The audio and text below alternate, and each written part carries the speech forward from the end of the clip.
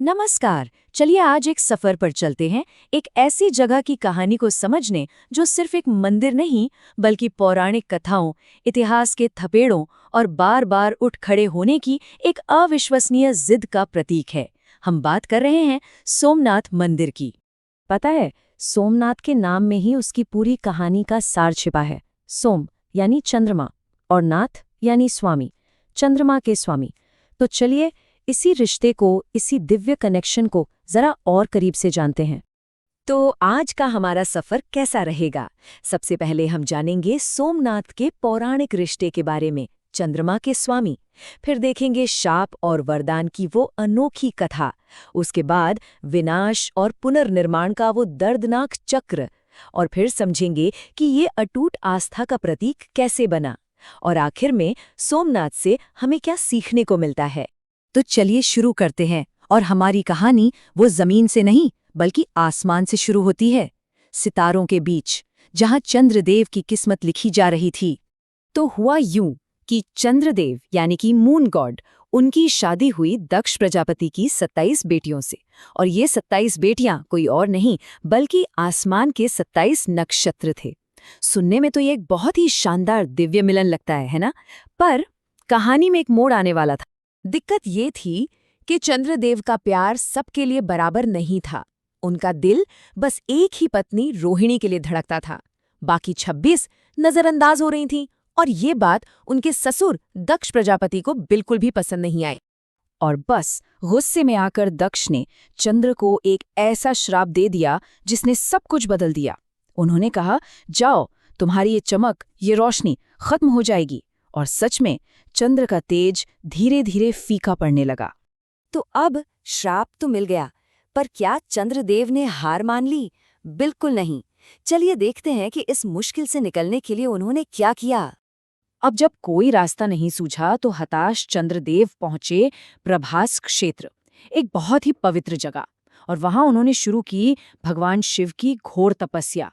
उन्होंने उपवास रखा, लगातार मंत्रों का जाप किया और बस शिव के ध्यान में ही डूबे रहे। और उनकी इस भक्ति का असर हुआ। भगवान शिव प्रसन्न हुए और वो प्रकट हुए।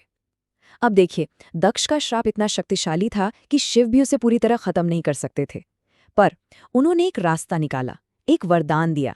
उन्होंने कहा कि तुम घटोगे जरूर, पर फिर से बढ़ोगे भी। ये घटना और बढ़ना अब हमेशा चलता रहेगा। और यहीं से सोमनाथ की कहानी जुड़ती है।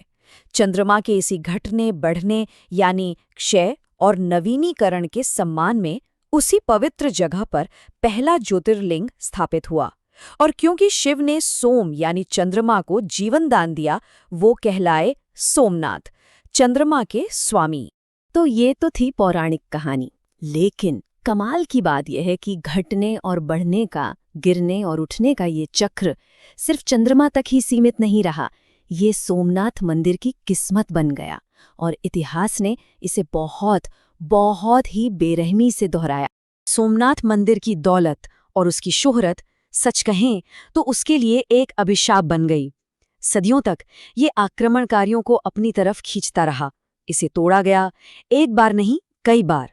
1025 में महमूद गजनवी ने, फिर 1927 में दिल्ली सल्तनत ने और 1706 में औरंगजेब ने।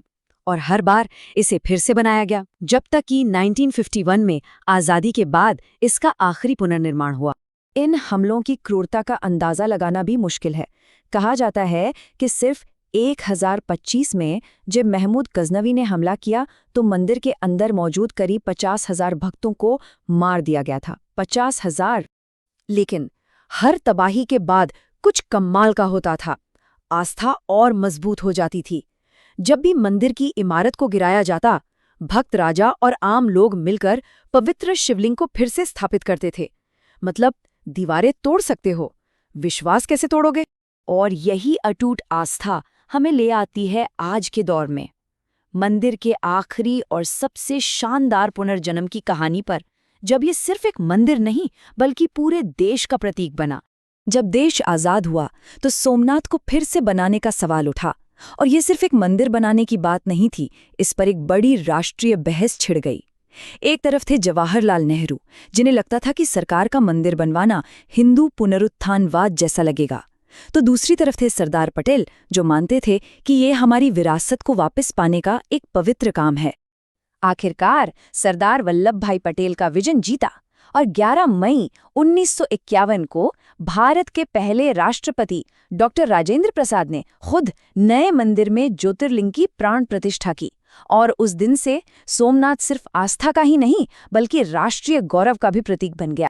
मंदिर के परिसर में एक और बड़ी दिलचस्प चीज है, एक स्तंभ जिसे बाण स्तंभ कहते हैं। और पता है इस पर क्या लिखा है? ये एक ऐसी सीधी समुद्री रेखा की ओर इशारा करता है जिसके रास्ते में सोमनाथ से लेकर साउथ पोल तक जमीन का एक भी टुकड़ा नहीं है। सोचिए जरा, हमारे पूर्वजों को उस जमाने में इतने गहरी ज्योग्राफिकल नॉलेज थी। तो इतनी लंबी कहानी, इतना उतार चढ़ाव, आखिर ये मंदिर जो पौराणिक कथाओं और इतिहास की आग में तपकर निकला है, आज हमें सिखाता क्या है? सोमनाथ की पूरी कहानी, चाहे वो चंद्रमा के घटने बढ़ने की हो या मंदिर के टूटने और बनने की, वो हमें एक बहुत जरूरी बात सिखाती है, रेजिलियंस, यानी कि जुझारूपन। ये हमें सिखाता है कि जिंदगी में उतार चढ़ाव तो आएंगे ही, उन्हें स्वीकार करो, अपनी आस्था को मजबूत रखो और ये याद रखो कि हर अंत एक नई शुरुआत का मौका होता है। सरदार पटेल ने जो कहा था कि ये एक पवित्र कार्य है जिसमें सभी को भाग लेना चाहिए, वो इसके पुनर्निर्माण के पीछे की असली भावना थी। ये किसी एक का काम नहीं था, बल्कि पूरे देश का एक साझा संकल्प था, अपनी विरासत को फिर से जिंदा करने का। और आखिर में ये कहानी हमें एक सवाल के साथ छोड़ जाती है। अगर एक पत्थर का मंदिर बार बार टूटकर बार बार खड़ा हो सकता है, तो ये चीज हमें अपनी जिंदगी की मुश्किलों के बारे में क्या सिखाती है? शायद यही कि कितनी भी बड़ी रात क्यों ना हो, सुबह जरूर होती है।